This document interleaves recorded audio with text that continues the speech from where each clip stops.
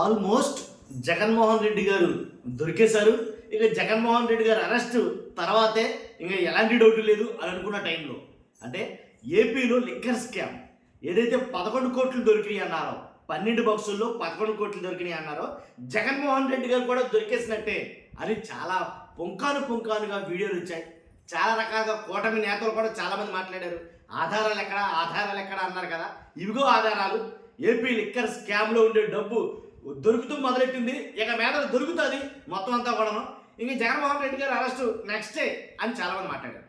అసలు ఆ 11 కోట్లకి నాకు సంబంధం లేదు, ఆ 11 కోట్లు నాకు కావు అని అయితే కనుక రాజ్ రెడ్డి ఎవరైతే ఉన్నారో ఒక రకంగా సిట్టికి కానీ కోట ప్రభుత్వానికి భారీ ట్విస్ట్ అయితే ఇచ్చాడు అని అయితే చెప్పాలి. అసలు ఏం జరిగింది అని చెప్పే ముందు ఫస్ట్ లైక్ చేయండి. లైక్ చేస్తే నాకు మోటివేషన్ ఉంటుంది, అలాగే నిజాలేంటో జనాలకు తెలుస్తాయి. మీరు లైక్ చేయడం వల్ల నిజాలేంటో జనాలకు తెలుస్తాయి, ఎక్కువ మందికి ఇన్ఫర్మేషన్ జరుగుతుంది. కాబట్టి కొత్తగా మన ఛానల్ చూస్తే పక్కాగా సబ్స్క్రైబ్ చేయండి, మీ అమూల్యమైన అభిప్రాయాన్ని కామెంట్ రూపంలో తెలియజేయండి. అంతేకాదు కుదిరితే షేర్ కూడా చేయండి.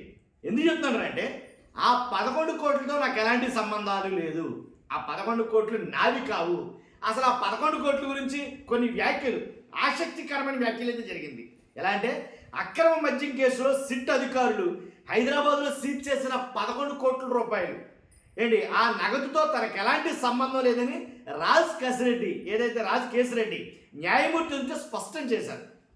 మద్యం అక్రమ కేసులో విజయవాడ జిల్లా జైలులో ఉన్న రాజ్ కేసిరెడ్డి, అలాగే దిలీప్, అలాగే చాణక్య, అలాగే శ్రీధర్ రెడ్డి, అలాగే ధనంజయ రెడ్డి, అలాగే కృష్ణమోహన్ రెడ్డి, అలాగే గోవిందప్ప బాలాజీ, అలాగే చెవిరెడ్డి భాస్కర్ రెడ్డి, అలాగే వెంకటేష్ నాయుడు, అలాగే గుంటూరు జిల్లా జైల్లో ఉన్న బాలాజీ కుమార్ యాదవ్, అలాగే నవీన్ కృష్ణ, రాజమండ్రి జైల్లో ఉన్న ఎంపీ మిథున్ రెడ్డి. తర్వాత నెక్స్ట్ అరెస్టు బిగ్ బాసే అని మాట్లాడారు చాలామంది. కాబట్టి వీళ్ళందరికీ ట్విస్ట్ అయితే ఇచ్చాడు రాజ్ కేసిరెడ్డి అనేది చెప్తాను నేను. ఎందుకంటే ఏదైతే నగదు దొరికింది రంగారెడ్డి జిల్లా, అక్కడ దొరికినటువంటి ఆ 11 కోట్లు ఖచ్చితంగా 11 కోట్లు 11 సీట్లు, ఇది దేవుడి స్క్రిప్ట్ అని చాలామంది మాట్లాడారు. అదేమీ లేదు, అసలు ఆ డబ్బే నాది కాదు మొర్రు అన్నాడు ఈయన. ఒకవేళ నాదే అయితే కనుక ఈయన కొన్ని విషయం చెప్తాడు. న్యాయమూర్తి ఏసీబీ న్యాయస్థానంలో పోలీసులు హాజరుపరిచారు. న్యాయమూర్తి నిందితులకు జైలు అందుతున్న వసతులు, వారి సమస్యల గురించి అడిగారు. ఆ సమయంలో రాజ్ కేసిరెడ్డి న్యాయమూర్తికి తన ఆవేదన ఏంటో తెలియజేశాడు. తనకు సంబంధం లేకుండా సిట్టు సీజ్ చేసిన డబ్బు తనదేనని సిట్టు లింకులు పెడుతోందన్నారు. ఎక్కడ డబ్బులు దొరికినా అవి మద్యం కేసుకు సంబంధించినవేనని అంటారని రాజ్ కేసిరెడ్డి తెలిపాడు. అంతేకాదు 2014లోనే తన డబ్బును వరుణ్కు ఇచ్చినట్లు చెబుతున్నారని, ఆ నగదుపై ఉన్న నెంబర్లను రికార్డ్ చేస్తే ఎప్పుడు ప్రింట్ అయ్యాయో తెలుస్తాయని అన్నాడు ఆయన. కాబట్టి 2014లో నేను ఆ డబ్బు ఇచ్చుంటే కనుక ఏదైతే 11 కోట్లు దొరికినాయి అన్నారో ఆ 11 కోట్లు సీరియల్ నెంబర్లే ఒకసారి మీరు నోట్ చేయండి. ఆ సీరియల్ నెంబర్ బట్టి ఎంక్వైరీ చేయండి. ఆ డబ్బు అసలు ఎప్పుడు ప్రింట్ అయింది వాస్తవంగా అయితే కనుక 2014లో ప్రింట్ అయిన క్యాష్ అది, లేదా 2014 దాటిన తర్వాత 2025లో లేకపోతే ఈ సంవత్సరంలోదో లేదా కింద సంవత్సరంలోదో ఎప్పుడుదో తెలియాలి. నేను ఆ డబ్బు ఇచ్చానన్నారు కాబట్టి 2014 ఇచ్చానన్నారు కాబట్టి ఆ డబ్బు ఎప్పుడు ప్రింట్ అయిందో తెలుస్తుంది ఆ సీరియల్ నెంబర్ చూస్తే. 2 ఆ డబ్బు నేనే స్వయంగా ఇచ్చానన్నారు కాబట్టి ఆ డబ్బు మీద నా వేరుముద్రలు ఉంటాయి, కానీ అవి కూడా చెక్ చేయండి, అది నాదే అయితే కనుక అని ఇలాంటి కొన్ని ట్విస్టులు, భయంకరమైన ట్విస్టులు ఇచ్చాడండి నేను. కాబట్టి 2014లోనే తాను ఆ డబ్బును వరుణ్కి ఇచ్చినట్లు చెబుతున్నారని, ఆ నగదుపై ఉన్న నెంబర్లు రికార్డు చేస్తే ఎప్పుడు ప్రింట్ అయ్యాయో తెలుస్తాయని అన్నాడు ఆయన. ఆ నగదు తన స్వహస్తాలతోనే ఇచ్చారని చెబుతున్నారని, వాటిపై తన వేలిముద్రలు ఉన్నాయో లేదో చెక్ చేసుకోవాలని న్యాయమూర్తిని కోరారు. తన వయస్సు 43 ఏళ్ళని, 45 ఏళ్ల కిందట ఫామ్ హౌస్కు తాను బినామీలని చెబుతున్నారు. ఇది కూడా ట్విస్టే.